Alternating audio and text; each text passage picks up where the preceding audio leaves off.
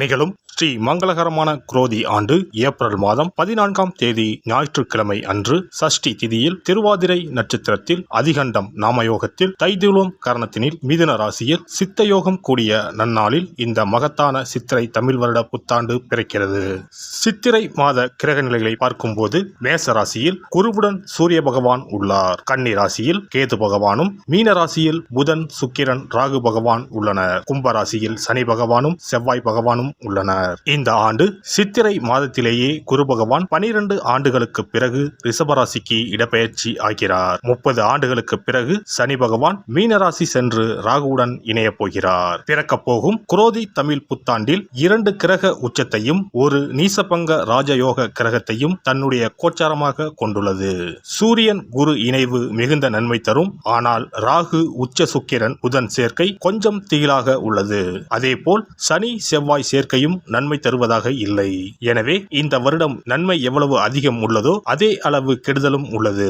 எனவே அவரவர் குடும்ப பெண்களையும், இளைஞர்களையும், குழந்தைகளையும் நீங்கள்தான் பத்திரமாக பார்த்துக் கொள்ள வேண்டும். இதில் ஒன்றை சொல்லியே ஆக வேண்டும். நினைப்பதை நல்ல செயலாக நினையுங்கள். ஏனெனில் கொஞ்சம் கோக்குமாக்கு யோசனை எட்டி பார்க்கும். வேறென்ன, ஒரு துணையை செட்டப் பண்ணலாமா என்று ரொம்ப நாளாக மனதில் ஓடிக்கொண்டே இருக்கும்.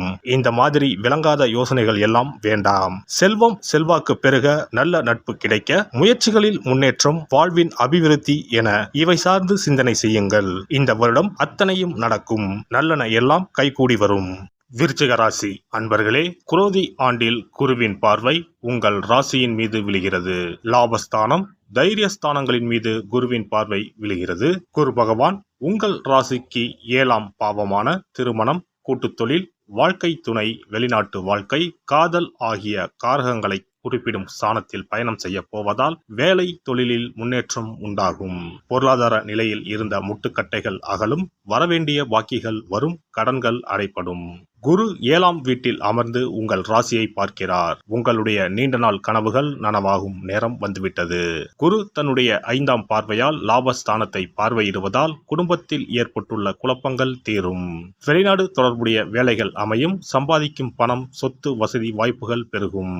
குரு 7ஆம் வீட்டில் அமர்ந்தாலும் உங்களுக்கு கேந்திராதிபதி தோஷத்தை கொடுக்க மாட்டார். சுபகாரியம், திருமணம், கூட்டுத் தொழில் போன்ற நன்மைகளை செய்வார். முயற்சி ஸ்தானத்தை குரு பார்ப்பதால் பொருளாதார நிலையில் முட்டுக்கட்டைகள் அகலும். நீண்ட நாட்களாக வரவேண்டிய பாக்கிகள் வரும். கடன்கள் அடைபடும். வருமானத்தால் சேமிப்பு உயரும். உங்கள் ராசிக்கு 3 மற்றும் 4ஆம் வீட்டிற்கு அதிபதியான சனி பகவான் 4ஆம் வீட்டில் ஆட்சி பெற்று பயணம் செய்வதால் சச மகாயோகம் கைகூடி வரப்போகிறது. வேலை இல்லாமல் இருந்தவர்களுக்கு குரோதி ஆண்டில் வேலைக்கான வாய்ப்பும் சந்தர்ப்பமும் அமையும். சுகஸ்தானத்தில் பயணம் செய்யும் சனி பகவான் உங்கள் ராசியை 10ஆம் பார்வையாக பார்க்கிறார். 3ஆம் பார்வையாக உங்கள் ராசிக்கு 6ஆம் வீடான ருண ரோக சத்ருஸ்தானத்தை பார்க்கிறார். 7ஆம் பார்வையால் உங்களின் தொழிற்ஸ்தானத்தை பார்வையிடுகிறார். வேலை காரணமாக சிலருக்கு இடமாற்றம் கிடைக்கும். வெளியூர், வெளிநாடு செல்ல வேண்டியிருக்கும். பதவி உயர்வு நீண்ட இழுபறிக்கு பின்னர் கிடைக்கும். வெளிநாடு செல்லும் யோகத்தை சனி பகவான் தரப்போகிறார். இதுவரை இருந்து வந்த தேவையற்ற அலைச்சல்கள் குறைந்து ஒரு இடத்தில் நிலையாக இருக்க வாய்ப்புகள் அமையும். இடம் வாங்குவதற்கு, வீடு வாங்குவதற்கு, வண்டி வாகனம் வாங்குவதற்கு வாய்ப்புகள் தானாக தேடி வந்து சேரும். குரோதி ஆண்டில் உங்களுக்கு நிம்மதியும் சந்தோஷமும் கிடைக்கப் போகிறது. உங்களுக்கு விடிவு காலம் வந்துவிட்டது. இனி தொட்டதெல்லாம் துலங்கும். தேவையற்ற செலவுகள் குறையும். செய்யும் முயற்சிகளில் வெற்றி கிடைக்கும். குடும்பத்தில் அமைதி நிலவும். கருத்து வேற்றுமையால் பிரிந்த தம்பதியர்கள் ஒன்று சேர்வார்கள். கேது பகவான் தொழிலில் முன்னேற்றத்தையும் வீடுமனை வாங்கும் யோகத்தையும் கொடுப்பார். தோஷங்கள் நீங்கி சந்தோஷங்கள் அதிகரிக்கப் போகிறது. உங்களின் விருச்சக செவ்வாய் சனியுடன் கூடி நிற்கிறார். உங்களுக்கு இஷ்டமான முருகரை வணங்கவும். சனி செவ்வாய் சேர்க்கைக்கு செவ்வாய்க்கிழமையில் கொள்ளு, சுண்டல், செம்பருத்தி பூ இவற்றுடன் அகல் விளக்கில் சிகப்பு துணியில் 25 மிளகாய் பொட்டலம் கட்டி நெய் அல்லது இலுப்பு எண்ணெய் ஊற்றி சிகப்பு திரையில் தீபம் ஏற்றவும். பள்ளி குழந்தைகளுக்கும் பள்ளி கட்டிட செலவுக்கும் உதவிகள் செய்யலாம். சிறப்பு பரிகாரம்.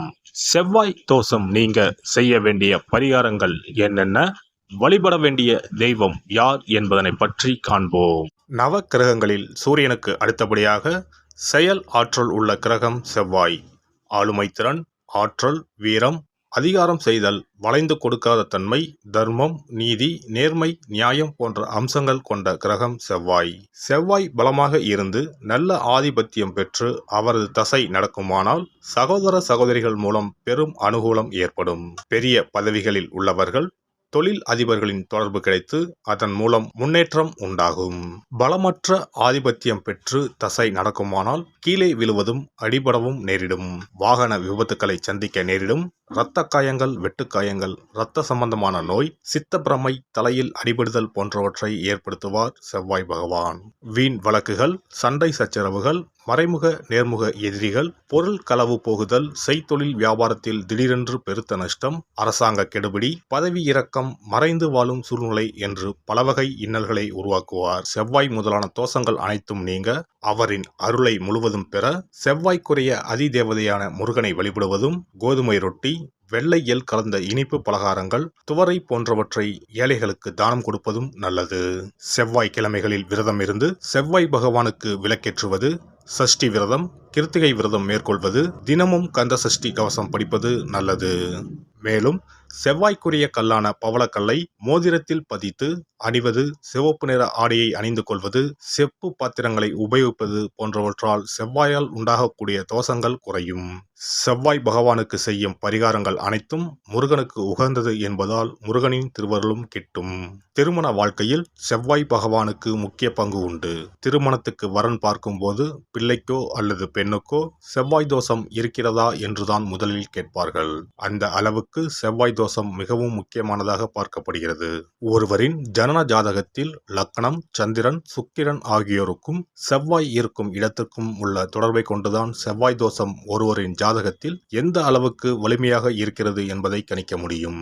செவ்வாய் தோஷம் இருக்கிறது என்றால் நம்பிக்கையோடு மிக எளிய பரிகாரங்களை செய்வதன் மூலம் தோஷ நிவர்த்தி பெறலாம். செவ்வாய் தோஷம் என்பது திருமண தடையை ஏற்படுத்துவது மட்டுமல்லாமல் மேலும் பல இடையூறுகளையும் ஏற்படுத்தும். எனவே செவ்வாய் பகவானை செவ்வாய் தோறும் செவ்வாய் ஹோரையில் வழிபடுவதும், செவ்வாய்க்குரிய கடவுளான முருகப்பெருமானை 9 நெய் தீபம் ஏற்றி வழிபடுவதும் செவ்வாய் தோஷத்தினால் ஏற்படக்கூடிய அசுப பலன்களின் தாக்கத்தை பெரிதும் குறைக்கும் என்பது ஐதீகம். செவ்வாய் தோஷம் ஒருவருக்கு இருந்து ஒருவருக்கு இல்லை என்றால் திருமணம் செய்யக்கூடாது என்பது சாஸ்திரம். இருவருக்கும் இந்த தோஷம் இருந்தால் திருமணம் செய்து வைக்கலாம் என்று சிலர் சொல்வார்கள். ஆனால் பொதுவாக தோஷம் ஒருவருக்கு இருந்தாலும் சரி அல்லது இருவருக்குமே இருந்தாலும் சரி, தக்க ஜோதிடர்களை ஆலோசித்து முறைப்படி பரிகாரங்கள் செய்வதுதான் சரி. செவ்வாய் தோஷத்தால் திருமண தடை உள்ளவர்கள் வைத்தீஸ்வரன் கோவிலுக்கு வந்து அரச மரத்தடி விநாயகர் ஆதி வைத்தியநாதரை வழிபட்டு ஆலமரத்தை சுற்றி வர வேண்டும். வைத்தியநாத சுவாமி, தையல்நாயகி அம்மன், செவ்வாய்க்கு அதிதேவதையான முருகப்பெருமானை வழிபட வேண்டும்.